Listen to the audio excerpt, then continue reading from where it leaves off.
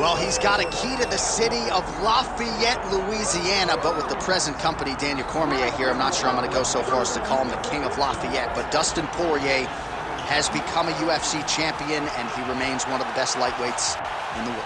If he's not the king of Lafayette, he's one of the kings of the UFC's lightweight division. A phenomenal striker, has such great boxing, big, strong, long arms, and an ability to fight through so much adversity to try and accomplish his goals.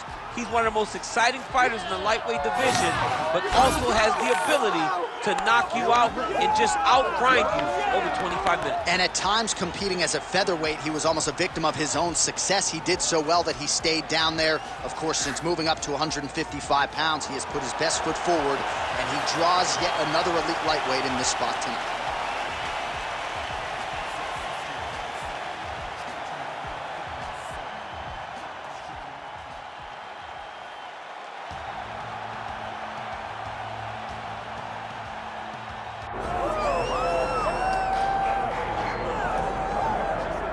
All right, well, what else can you say about the career resurgence of Charles "Du Bronx" Oliveira? Cut his teeth in the UFC. Late 2017, he had lost 3 of 4. Nobody was talking about him, and then he goes on to produce one of the greatest winning streaks in UFC lightweight history. Well, he did a great job just rebuilding, refocusing, shifting the mindset from having issues at times when it got tough to getting through the tough and dominating guys. Many relied on him going back to that guy from before. That guy disappeared on that championship run. Charles Oliveira is a beast, and we will see if tonight he gets his hand raised and he proves once again why he's one of the best lightweights in the world. Don't look for too much in terms of risk management, though. Even given what happened in the Islam Makhachev fight, Charles Oliveira is an aggressive, high-octane, offensive fighter, and that is the expectation as to what we will see here tonight.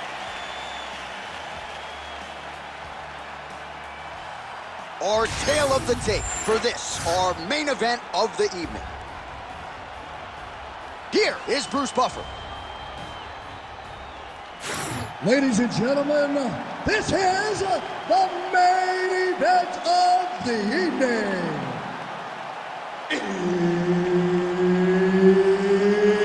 It's time! 5 rounds in the UFC lightweight division. Introducing first, fighting out of the blue corner, Dustin the Diamond Poirier. And now introducing his opponent, fighting out of the red corner, presenting the former UFC lightweight champion, Charles "Du Bronx" Oliveira.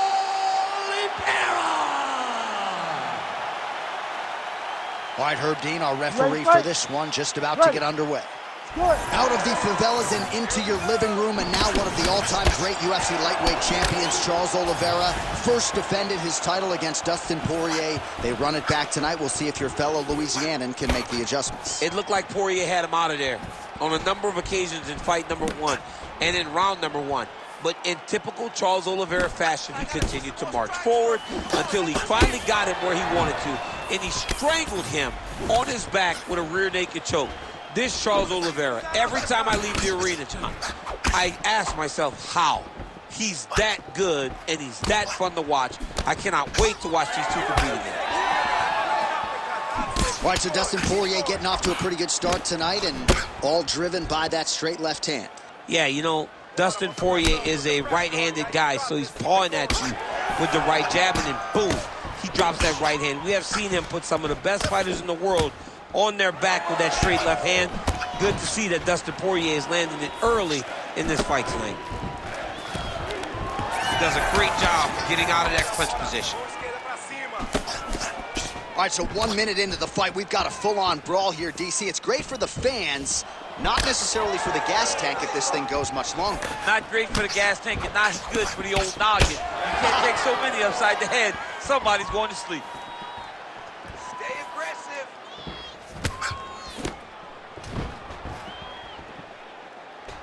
High kick landed for him there.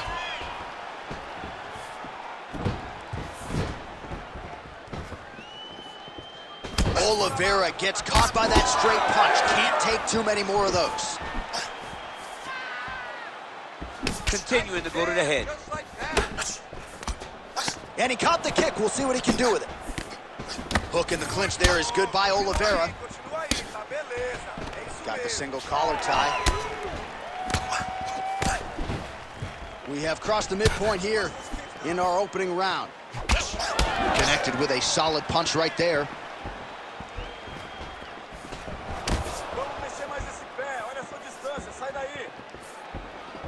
Oh, roundhouse kick lands.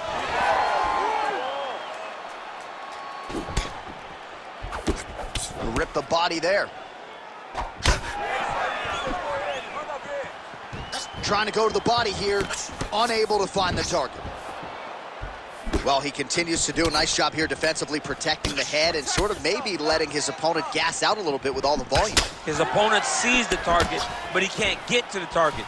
So he'll continue to throw, and he'll continue to wear on his own gas tank. Oh, back and forth we go. Just over 2 minutes to go. And now some distance as they pull apart. All right, so now blood is a factor. You see that he has been opened up in that eye area. Yeah, he's got hit in the eye, and now there's a cut. But it's nothing to worry about too much now. But he's got to be very careful with it as we go forward. Oh, nice punch from the clinch by Poirier.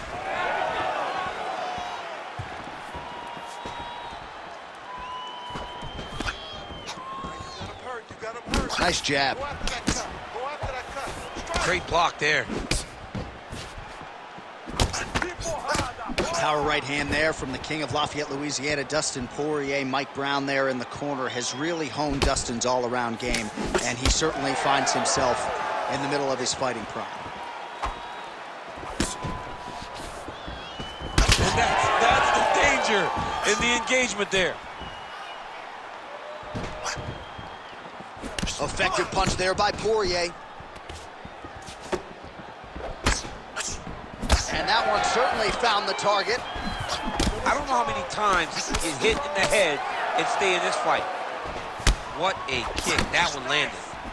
Oh, another blistering combination there. Really starting to do a nice job stringing the shots together. And you can see the damage in his opponent's body, his face, his body, his legs. He's beating him up on all the targets. It's not one guy just headhunting.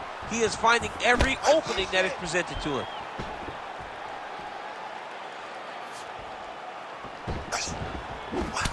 Champ, look at that redness underneath his elbow. A lot of those strikes to the body starting to pile up. Getting beat up and being smart enough to not be headhunting the entire time. I like this. I like this approach. 10 seconds to go in the round.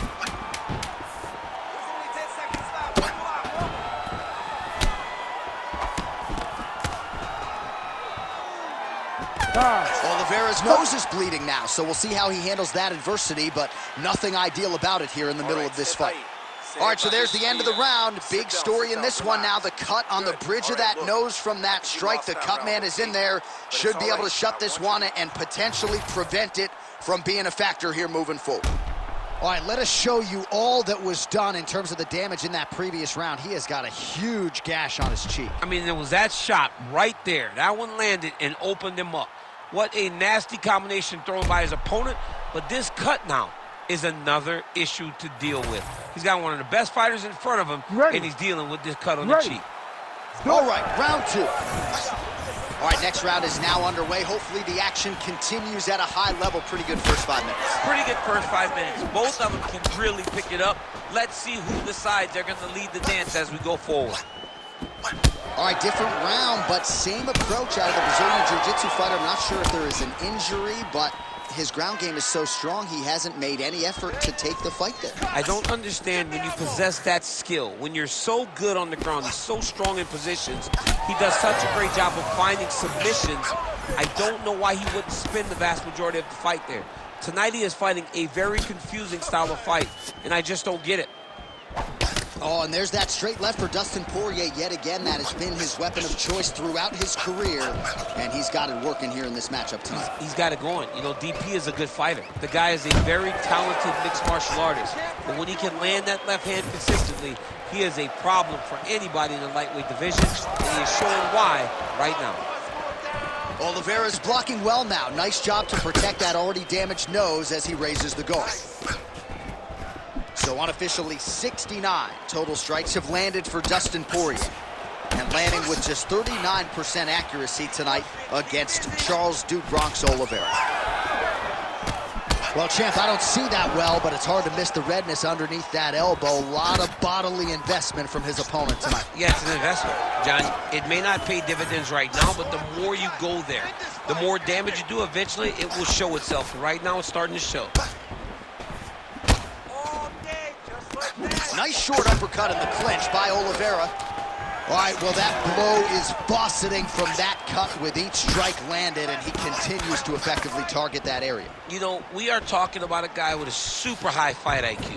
So when you give him that blood, that crimson red is nothing more than something that inspires him to continue doing what he's doing. So you have got to change something. You got to get your head moving so you're not taking too much damage to that cut. Poirier's nose is bleeding now. Looks to be cut, perhaps there on the bridge. Nice job by Dustin Poirier there. Sticks the target and then moves his head off the center line to avoid the comeback shot. Head off the center line. Just watching the counter with that beautiful straight left that he throws over and over.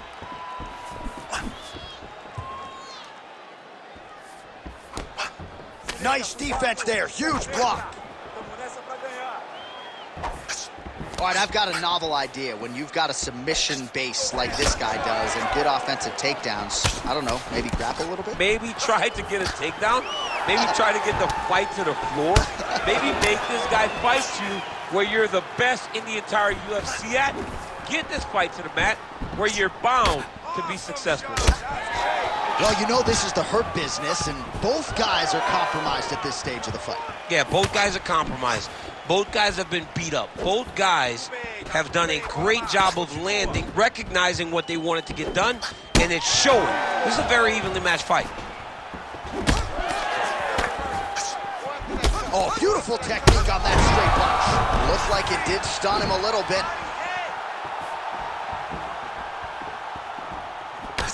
Oh, man, the blood is flowing now. I know a lot of you like that, but he has got to figure some things out defensively or this fight's going to end. He's got to move his head, John. But the problem is, now he's got the blood to deal with. He's got a sharp striker in front of him. He has got a lot of things to deal with if he wants to win this fight. But right now, the focus needs to be on the head movement so you're not getting hit in that cut. Well, it's a bloody Saturday, folks. He's really starting to leak out of that eye area, Daniel. Well, he's leaking, John. He's wide open. The eyes are beat up. The guy is taking a beating, and the blood has to be affecting his vision at this point. Single collar tie now. Man, that is loud. Another strike lands for the kickboxer. He really found that flow state pretty early in this fight, and he hasn't looked back. He found it really early. And when this guy gets into his groove, he is hell on wheels. And right now he is showing why he is such a high-level, high-regarded kickboxer. He is outclassing this guy. It's getting really hard to watch him absorb shots on that eye. I wonder if the referee's thinking about calling in the doctor now. Well, John, the entirety of the fight, that has been the target of his opponent. He has not adjusted defensively, and now he's paying for it. Now, somebody's going to have to save him. Oh, looking to land the leg kick, but unable to find the target.